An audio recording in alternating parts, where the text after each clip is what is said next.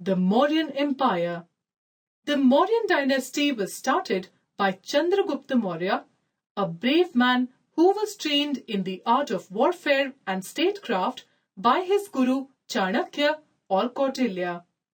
He first drove the Greeks out of Punjab and conquered it in 322 BCE.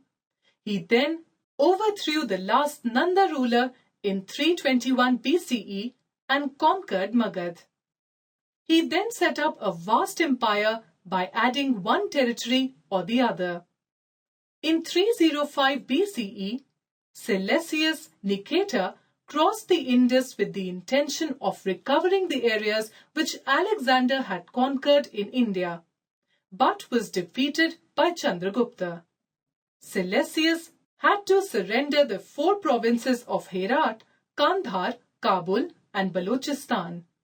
He also gave his daughter in marriage to the Mauryan ruler.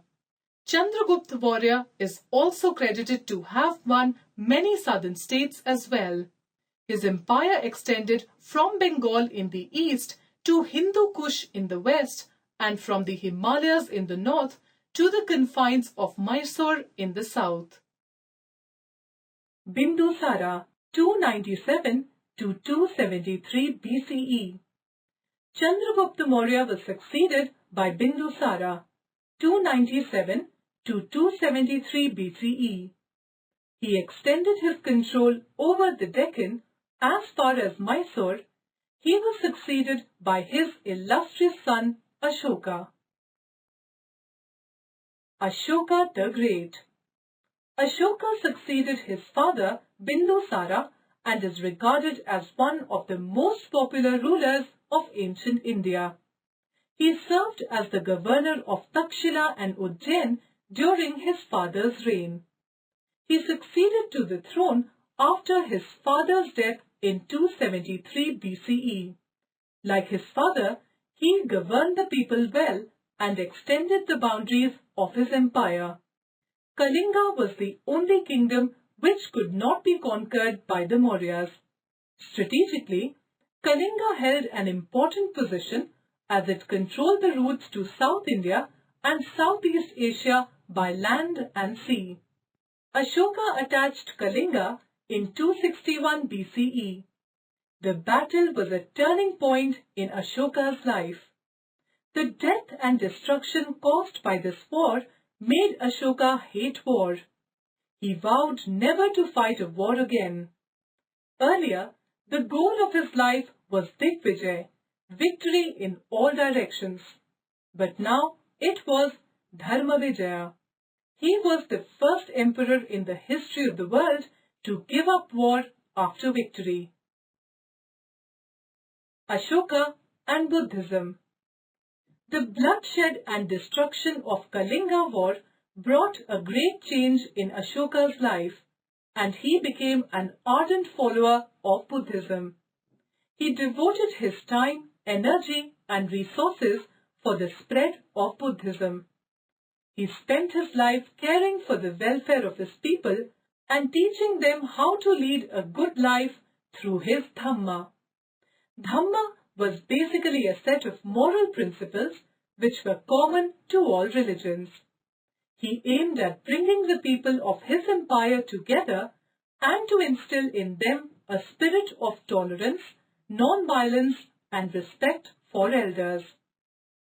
The main principles of Dhamma were ahimsa, non-violence or non-injury to all living things, respect for elders, respect and tolerance to all religions, obedience to parents and teachers, truthfulness, kindness to all including slaves and servants, charity towards the poor, peace and harmony among all. Ashoka emphasized on a pure and simple life.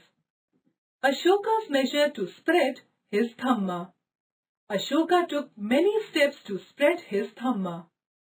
He himself set an example before his people. He himself gave up hunting and eating of meat. He got the principles of his Dhamma engraved on rocks and pillars so that the people could read them easily. He used Pali, the language of the people, to carry his messages to all corners of his empire. Ashoka himself toured his empire to preach and explain these principles personally to the people. He also visited holy places. He appointed Dhamma Mahamatras, whose duty was to improve the general life of his people and to encourage them to follow his Dhamma. He directed his officers to follow these principles and preach his Dhamma among the people. He sent monks to preach the religion of Buddha in far-off countries. His son and daughter went to Sri Lanka for the spread of Buddhism. He convened the Third Buddhist Council at Patliputra to resolve differences in Buddhism and improve the conduct of bhikshus, Buddhist monks. Ashokan Edicts and Inscriptions. Ashoka started issuing edicts from the 13th year of his reign. His edicts and inscriptions were on religion, general administration, and good conduct. They were composed in Prakrit, the spoken language of the people. They were put in all parts of his empire, in places where people could easily read them. Edicts placed in northwest and Afghanistan were in Greek, Kharosti, and Aramaic. Importance of Edicts. The importance of Ashokan edicts lie in the fact that they were an important source of information about Ashoka. It helps us in informing an idea about the extent of Ashoka's empire. It also included Kalinga, which had become the 5th province. They throw light on his personal character and about his love for his people. His Kalinga edict states, "All men are my children and desire that they may enjoy every kind of prosperity and happiness." They tell us about his religious beliefs and policy of religious tolerance. These edicts also tell us that Pali or Prakrit and not Sanskrit was the language of the people.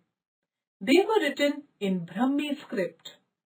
The edicts also tell us about Ashoka's friendly relations with other countries like Ceylon, Sri Lanka. The pillars, caves, and edicts tell us about the art and craft of that age. Though they are centuries old, yet their shine is intact. Fact: the pillars of Ashoka are a series of columns dispersed throughout the northern Indian subcontinent and erected by the Mauryan king Ashoka during his reign in the 3rd century BCE. Originally, there must have been many pillars of Ashoka, although only 10 with inscriptions still survive. The lion capital of Sarnath pillar has been adopted as the national emblem for our country. Lion capital from the Ashokan pillar at Sarnath.